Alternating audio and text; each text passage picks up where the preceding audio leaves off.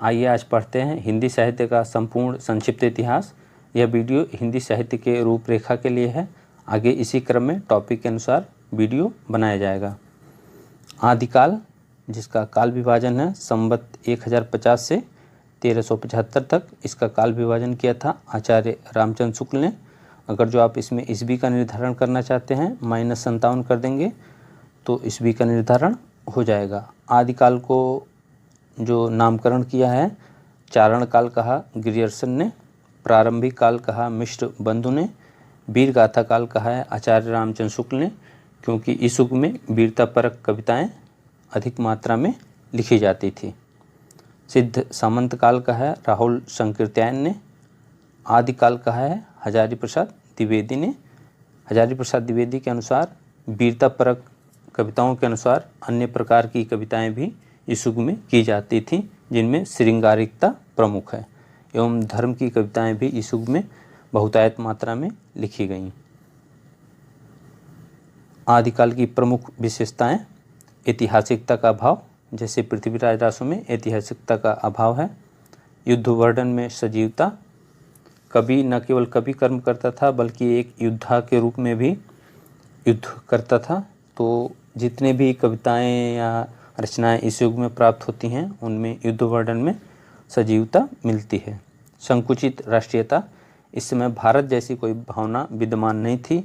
अलग अलग छोटे छोटे रियासत बटे हुए थे टुकड़ों में एवं एक दूसरे पर आक्रमण करते रहते थे, इसलिए उनमें संकुचित राष्ट्रीयता की भावना थी। आश्रयदाताओं की प्रशंसा खूब की जाती थी।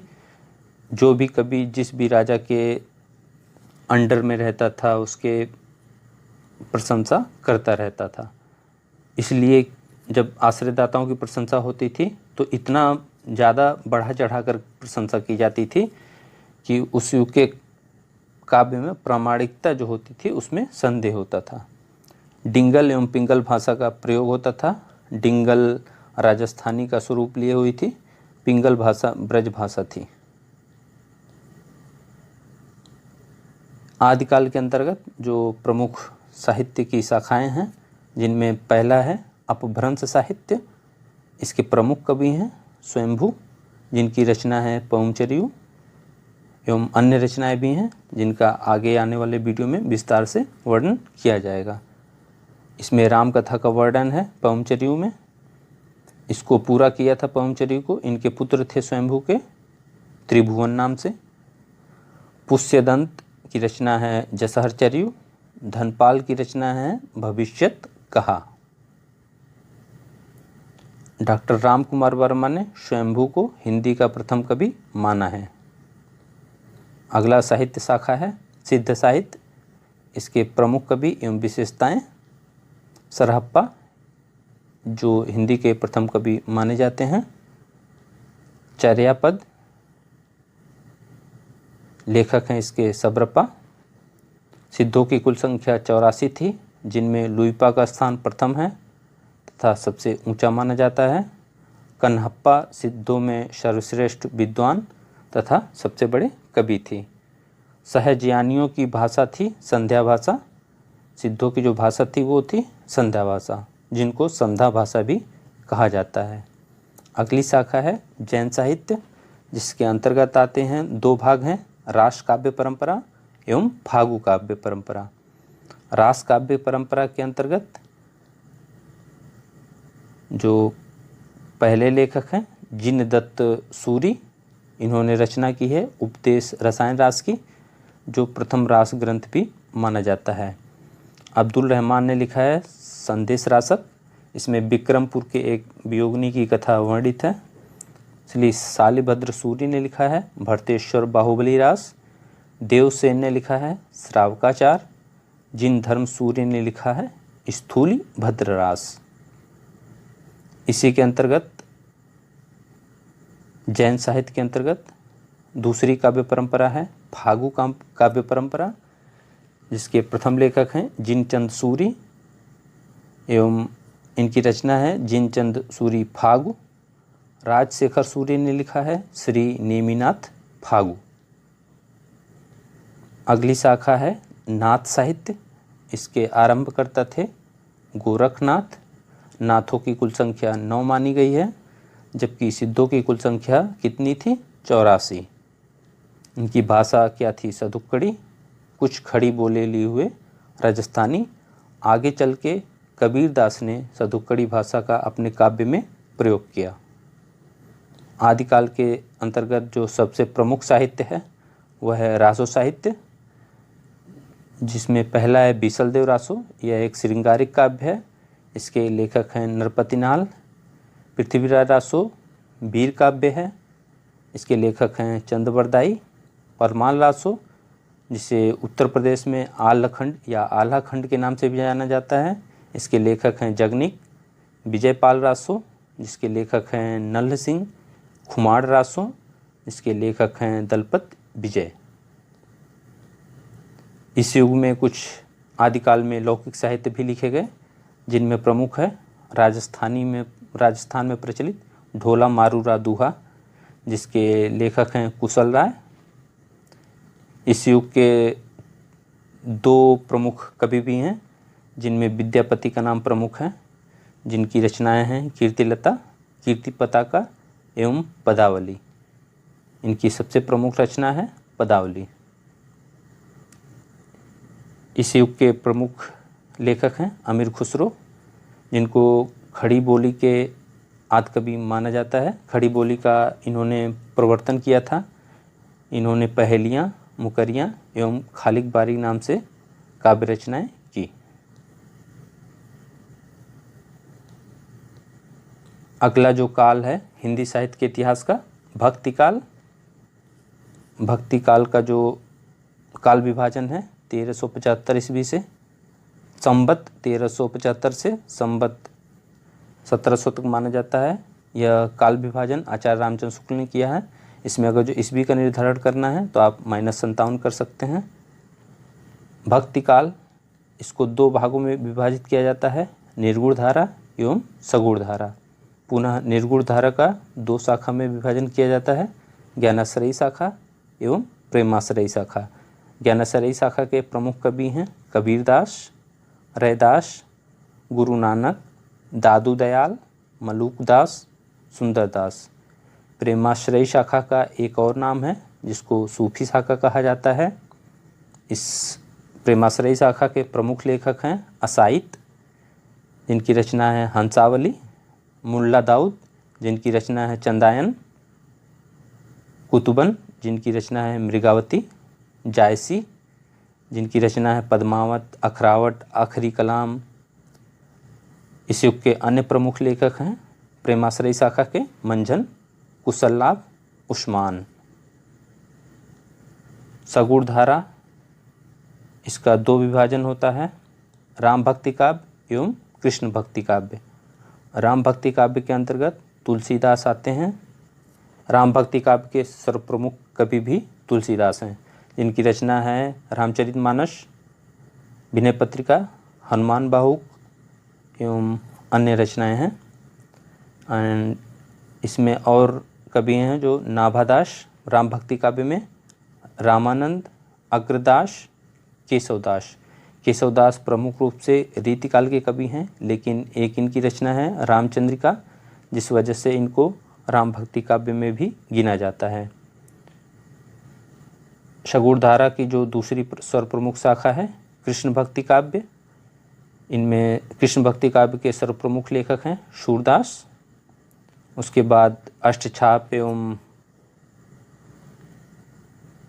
अष्टछाप के प्रमुख कवि हैं कुंभनदास, परमानंदास, कृष्णदास, गोविंद स्वामी, नंददास एवं अन्य कवि हैं हरिदास, मीराबाई, रश खान एवं ध्रुवदास। हिंदी साहित्य का तीसरा काल विभाजन है रीतिकाल। रीतिकाल की जो विशेषताएं हैं, इस युग में समाज से कटी हुई, मतलब समाज से अलग होकर काव्य रचना की गई, जिनमें केवल लक्षण ग्रंथों की विवेचना की जाती है एवं श्रृंगारिकता की बहुत ज़्यादा श्रृंगारिक रचनाएं इस समय में रची गईं। जिनकी विशेषताएं हैं, रीतिकाल की प्रमुख विशेषताएं हैं रीति काव्यधारा एवं लक्षण ग्रंथों की विवेचना, जिनमें लक्षण ग्रंथों में आप रस, छंद, अलंकार इन सब की विवेचना बहुत ज़्यादा मात्रा में की गई। इस युग में श्रृंगारिकता परक रचनाएं की गईं, अलंकारिकता परक, प्रशस्तिमूलक काव्य। इस युग के सारे कवि दरबार में रहकर काव्य रचना करते थे, इसलिए वह राजा के पक्ष में काव्य रचनाएं करते थे एवं राजा खुश होकर उनके मोहरे प्रदान करता था। तो इसलिए वह और ज़्यादा प्रेरित होते थे कि मैं राजा की अपनी ज़्यादा से ज़्यादा बड़ाई कर पाऊँ और मुझे ज़्यादा से ज़्यादा लाभ मिलेगा। अगला, बहुज्ञता का प्रदर्शन, ब्रज भाषा का प्रयोग। इस युग में जितनी भी काव्य रचनाएं हुई उनमें ब्रज भाषा का प्रयोग किया गया। मुक्तक काव्य की प्रधानता एवं आचार्यत्व का प्रदर्शन इस युग की प्रमुख विशेषताएं हैं। रीतिकाल, इसका काल विभाजन है संवत 1700 से संवत 1900 तक इसका काल विभाजन किया है रामचंद्र शुक्ल ने। इसमें ईस्वी का निर्धारण करना है तो -57 करके आप ईस्वी का निर्धारण कर सकते हैं। रीतिकाल में सर्वप्रमुख 3 धाराएं विभाजित की जाती हैं, जिनमें रीतिबद्ध धारा, रीति सिद्ध धारा एवं रीति मुक्त धारा आती है।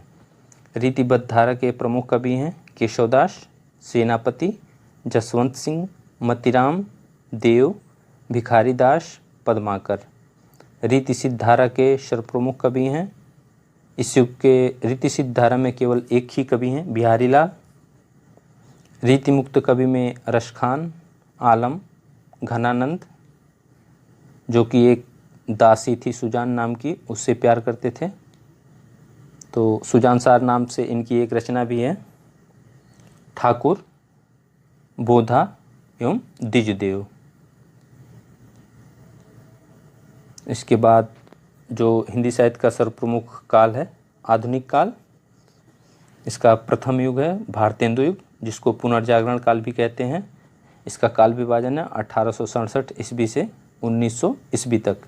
इस युग के सर्वप्रमुख कवि हैं भारतेंदु हरिश्चंद्र, बद्री नारायण चौधरी, प्रताप नारायण मिश्र, ठाकुर जगमोहन सिंह, अंबिका दत्त व्यास। द्विवेदी युग, आधुनिक युग का सर्वप्रमुख युग 1900 ईस्वी से 1918 ईस्वी तक। इस युग के प्रमुख लेखक हैं श्रीधर पाठक, हरिओत, जिनकी रचना है प्रिय प्रवास, जो कि हिंदी खड़ी बोली का प्रथम महाकाव्य भी है। अन्य लेखक मैथिली शरण गुप्त, जिनकी रचना है भारत भारती, यशोधरा आदि रचनाएं हैं। बाल मुकुंद गुप्त, राम नरेश त्रिपाठी, मुकुटधर पांडे, जगन्नाथ दास रत्नाकर, ये जकी नाम से उपनाम से काव्य रचना करते थे, एवं श्याम नारायण पांडे। अगला जो युग है छायावाद, 1918 से 1936 ईस्वी तक।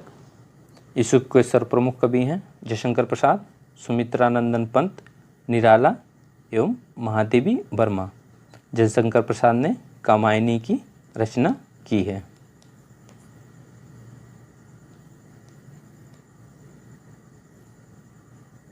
छायावाद के बाद आता है 1936 ईस्वी में, जब प्रगतिशील लेखक संघ की स्थापना हुई थी, जिसके प्रथम अध्यक्ष थे मुंशी प्रेमचंद। तब प्रगतिवाद आया, जिसका काल है 1936 से 1942 ईस्वी तक। इस युग के प्रमुख लेखक हैं केदारनाथ अग्रवाल, नागार्जुन, शिवमंगल सिंह सुमन, रांगेय राघव, रामधारी सिंह दिनकर, जिनकी रचना है उर्वशी, रश्मिरथी आदि रचनाएं। इसके बाद प्रयोगवाद आता है 1943 ईस्वी में। प्रयोगवाद की शुरुआत तार सप्तक से मानी गई। तार सप्तक का संपादन सन 1943 ईस्वी में अज्ञेय ने किया था।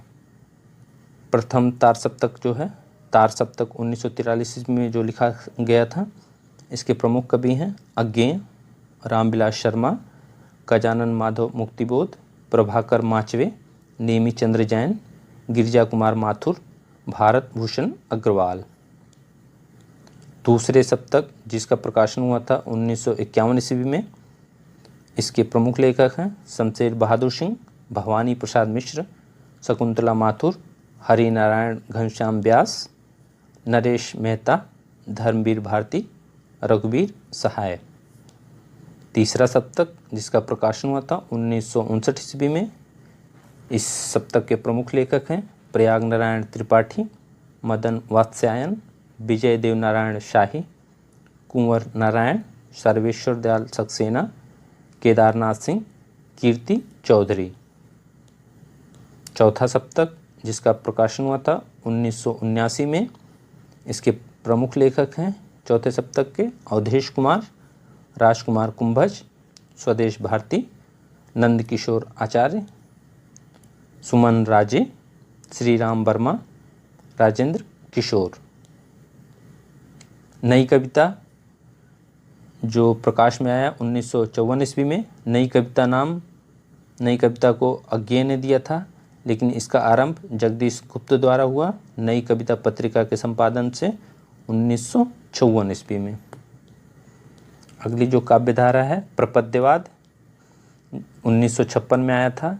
इसे नकेनवाद भी कहा जाता है, जिसमें न से नलिन बिलोचन शर्मा, के से केसरी कुमार एवं न से नरेश प्रमुख हैं। प्रपद्यवाद के प्रवर्तक थे नलिन बिलोचन शर्मा। जो अगला काव्य आंदोलन है साठोत्तरी कविता आंदोलन 1963 ईस्वी में जगदीश चतुर्वेदी ने 14 कवियों के नाम से एक काव्य संग्रह प्रकाशित किया प्रारंभ नाम से। इसमें मुख्यतः 14 कवि थे, जिनका आगे आने वाले वीडियो में विस्तार से वर्णन किया जाएगा। समकालीन कविता इसके प्रवर्तक थे डॉक्टर विश्वंभरनाथ उपाध्याय। 1976 में समकालीन कविता की भूमिका के माध्यम से समकालीन कविता का प्रवर्तन इन्होंने किया। आगे है नवगीत। इसके प्रवर्तक हैं राजेंद्र प्रसाद सिंह। 1958 में गीतांगनी शीर्षक से इन्होंने एक पत्रिका प्रकाशित की और उसको नवगीत का संकलन किया उससे। इस काव्य परंपरा के सर्वप्रमुख कवि हैं डॉक्टर शंभुनाथ सिंह, वीरेंद्र मिश्र, नीरज, राजेंद्र प्रसाद सिंह एवं कुंवर बेचैन। दलित कविता का विकास। जो दलित कविता के सर्वप्रमुख जो पहले कवि थे संत रैदास, उसके बाद नाम आता है हीरा डोम का। दलित कविता के अन्य जो कवि हैं ओम प्रकाश वाल्मीकि, कमल भारती, जयप्रकाश करदम, शिवराज सिंह बेचैन।